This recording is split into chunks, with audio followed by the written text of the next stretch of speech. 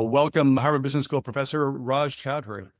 Raj is the Lumley Family Associate Professor of Business Administration at Harvard Business School. Back in 2020, people started taking a lot more notice to Raj and his work because he had a top-selling article in HBR that year called Our Work from Anywhere Future that was spot on with the times and what was going on. It was all based on research and work that Raj had been doing for years before that and has continued to do since. He's agreed to talk with me today, which I love. We've gone back for a few years, but he's also one of the foremost experts when it comes to workplace flexibility, remote work, hybrid work, what works and what doesn't. He's also got a new book coming out. I've had the pleasure of reading it already. It's called The World is Your Office. It's coming out April 22nd of this year. And Raj and I will also be together down in Austin, Texas, running remote the week after that. Welcome, Raj. Thank you, Brian. It's been wonderful, friendship and collaboration. Thanks for doing this. Glad to do it. Very glad to do it. So one of the things that I always find myself stumbling over from time to time, and almost everybody else out there does, is what do we mean by all the terms that get thrown around out there? Remote work, hybrid work, traditional hybrid, flexible hybrid, in office, distributed, you can go on and on. In fact, you have a handy glossary that starts off the entire book. But work from anywhere is the term that I think you coined first. How do you define work from anywhere and what's different about it? Thank you for asking that. Work from anywhere is not work from home. Work from anywhere is a work arrangement that allows individuals to choose where to live. I've called that geographic flexibility. The person can choose which city, which town, which state, and in some cases, even which country they want to live in. Once they choose that location, they could be working from home, they could be working from co-working space, they could go to a cafeteria, a satellite office of the company, that's their choice. But it's about getting to choose where to live. So that's what work from anywhere is. In my definitional world, I define hybrid as a combination of days where you can work from wherever you want to, and some days where you get together in person. Hybrid doesn't need in person every week.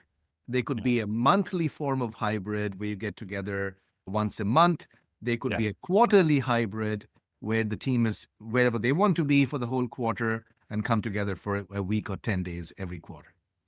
And that's a great example because a lot of people get confused and they think hybrid only means the sort of fixed number of days per week in a schedule. That's the easy version of it, the policy-driven version that says 3 days a week, you're to be in the office.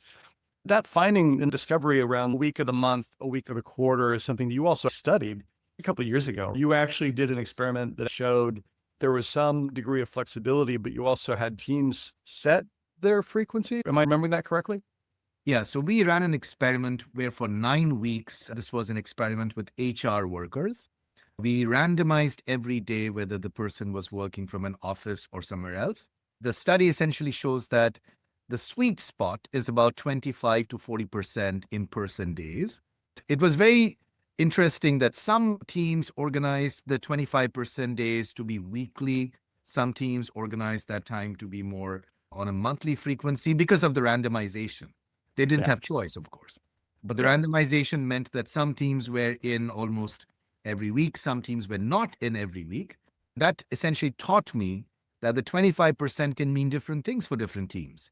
For some teams, it could mean a day a week. For some teams, it could mean the entire last week of the month, and so on. And the great thing about that is because you're running an experiment, you have to do it on a randomized basis. When we think about this as leaders, we have choice in it. And so you can start thinking about how does that 25% play in with my talent strategy?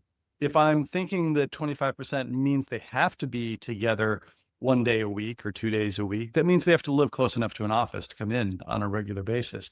As opposed to if I free up that constraint and say that might mean once a month or even once a quarter for a more extended period of time, then what I can do is start thinking about, I can allow people to live in much broader geographies and I can even trade off a lot more of the office expense versus travel expense, which we've seen a lot of companies do. Yeah, and just to add 2 thoughts, Brian, I think it also means more access to talent, because if you are saying that folks need to come together once a month or once a quarter, then the labor market you can access becomes a national labor market. Teams, if they have to fly to one location once a quarter, could be living anywhere in the country.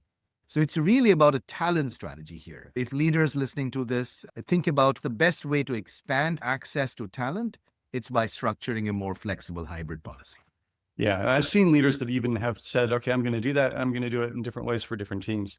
So I might think about my regional sales teams that are still geographically tied closer together so that junior salespeople are in an office on a regular basis every week. But my product development teams, where it's always been hard to recruit engineers and product managers into San Francisco, New York, London, other locations, I can hire in broader geographies and think about time zone constraints. I don't want people more than 2 or 3 time zones apart, but I'll fund the travel to get them together, which I think is a great way to think about it. Absolutely. And just to quickly add there, I think that is the point you make. I 100% agree with that. And that's been my contention for why this one size fits all RTO mandate makes no sense. Because the unit of analysis really should be the team. It's not the individual, it's not the company. Every team needs to find its own rhythm for the frequency and the venue of co-location. When leaders think about this, they need to expand their imagination about where people can meet. It's not just the downtown office. So one quick example, I'm working with a sales team and they have decided to meet at sales conferences because the whole team goes to these 5 sales conferences every year. So they're just staying back for a few days each time. That's really fantastic. And I've seen different results in different companies too, where they've actually looked at this and said, hey, the junior salespeople are struggling more, but it's a big company with a giant kit bag of parts that people are trying to sell.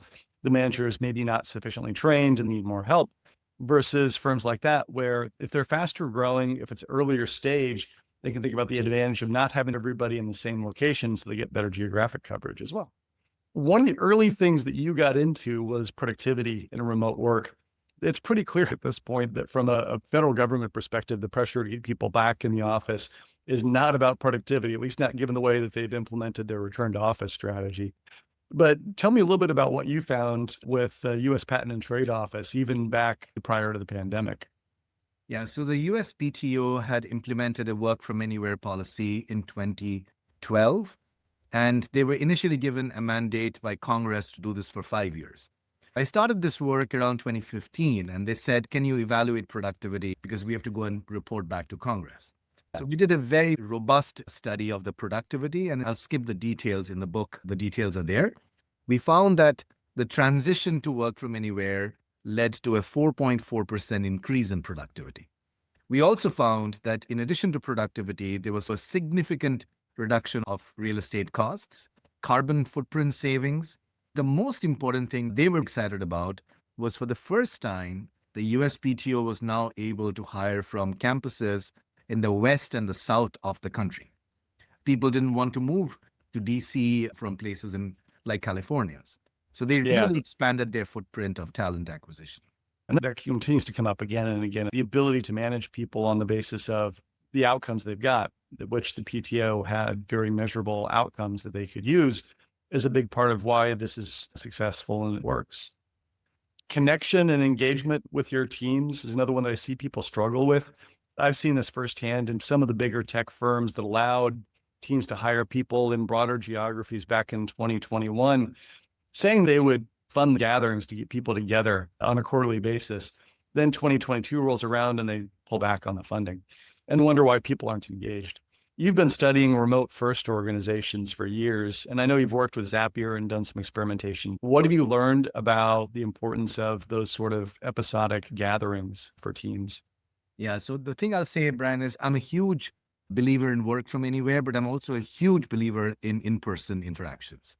For all these remote first companies, Zapier, GitLab, Deal, Seek, Doist, many of them that I've looked at and probably you've looked at as well, they all do retreats. And actually, the Glassdoor CEO went on record saying that their office is going to be offsite. The model is instead of meeting weekly in downtown, let's meet at an offsite every couple of months or every quarter. Now, the interesting thing that we found in our studies that is when people interact in person, it could be in an office, could be in an offsite, or they interact virtually on Zoom or Teams, there is this unconscious bias of homophily that they need to be aware of. The interactions usually tend to happen between people who are the same gender and same ethnicity. And this is something we find across multiple studies, both in the virtual realm and the physical realm. When you are meeting, you need to engineer serendipity. because left to their own devices, people will only hang out with similar people. If you want to really broaden the organizational network in the company and create connections that are diverse, then serendipity needs to be engineered. It cannot be left to the devices of people. That serendipity and engineering serendipity sometimes throws people off. They're like, how do I engineer serendipity? You actually built a fantastic example. Why don't you tell folks what you did? Yeah, in the Zapier study, we found that when people went to this retreat, they tended to make connections with people in the same ethnicity, except for when they traveled in the same taxi ride from the airport to the retreat. Because when you're sitting in the back of a taxi, it doesn't matter who the person is, you start a conversation and make a connection on Slack. We've called this constrained co-location, that it needs to be natural enough that it doesn't seem forced, but it's also a little bit constrained. It could be standing in a giant line to get your badges, and then you start talking to the person ahead of you. That's right. In the coffee line or something. But yeah, there needs to be creativity in how serendipity can be engineered. I think that's a great example of how to do it. Every time you say intentional design, there's a mess of people out there that sort of cringe and freeze up and aren't sure what to do. Simple exercises like how do you actually put together different people in car rides and arrange that up front because you know you're going to get a better mix that way.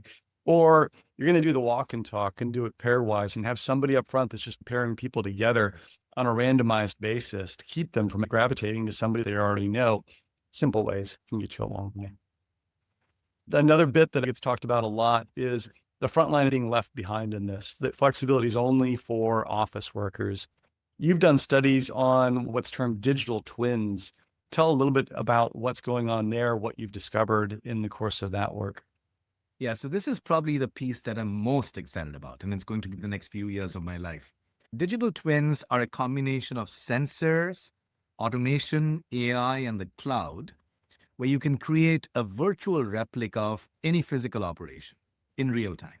It could be a factory, a warehouse, a hospital, an airport with all the conveyor belts. And once you do that, what I've found in my research with Unilever and a Turkish power plant company is that not every engineer, not every technician needs to be on site. And so now folks who are traditionally blue collar, they can also work from anywhere. I'm starting a new project with doctors and nurses, creating virtual wards in the UK to see patients in a virtual room. This is a new exciting frontier because it gives flexibility and work from anywhere options to blue collar workers, deskless workers, semi-desk workers. And this is going to kick like a new wave of work from anywhere. And that's huge because it opens up that opportunity in a lot of ways for groups of people who've traditionally not had access to it.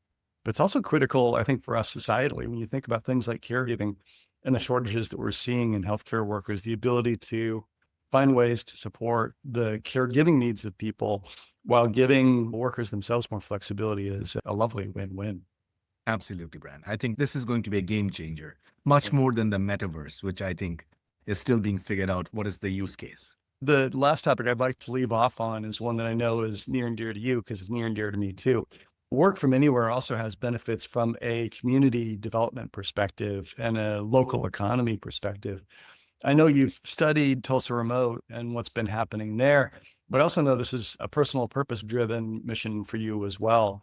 I'd love to talk a little bit about why that is, as well as what you've learned along the way. Well, this is where I started the research. I started research on migration patterns, and migration scholars have known for decades that there has been brain drain from the heartland to the coastal cities, from emerging markets to the West.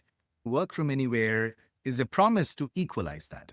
Now talent can get distributed more evenly. This is now reversing the patterns of brain drain. That's 2 points of evidence and a bunch of work that's in the book. All over the world, there are about 55 to 60 countries which have special visas for remote workers. Now, countries are competing for remote workers just the way companies are. Within countries, there are cities and municipalities that have special incentive programs for remote workers. Just in the US, about 45 cities in the heartland have policies. Evan Hawke and his team at Make My Move have collated all these policies in a wonderful way. This is the last thing I'll say, Brian. When this remote work debate is played out in policy chambers, policymakers need to realize that remote work is good for the heartland. It's good for red states. It's really, I think, a game changer where talent from the LAs and the New Yorks of the world now can flow into some of these communities. I hope policymakers listening to this wake up to that argument. I hope so too. And some of them clearly have, or at least had. Senator James Langford out of Oklahoma being one of the bigger proponents for flexibility among federal workers because he saw the benefits not only to military spouses and veterans, but also to the state of Oklahoma. Tulsa Remote has been a fantastic program that's actually boosted the local economy with people who are not digital nomads. They move to Tulsa, they stay there, they help rise the entire local economy. So I think it's going to be a local issue for people who are thinking smartly about this. I think it's going to be a national issue. Countries are going to compete on the basis of talent to some degree also, and it's going to be interesting to see how that shakes out the next few years. Totally agree with everything you said. Well, Raj, thank you very much for talking with me today. You and I could not be more simpatico on pretty much everything that you've said and how you think about this, which is why I always love talking with you. The World is Your Office is coming out April 22nd. Please check it out. It's a wonderful book. And I can share the book cover just as a preview. Yes, please. That would be wonderful. I will see you in Austin and talk to you soon.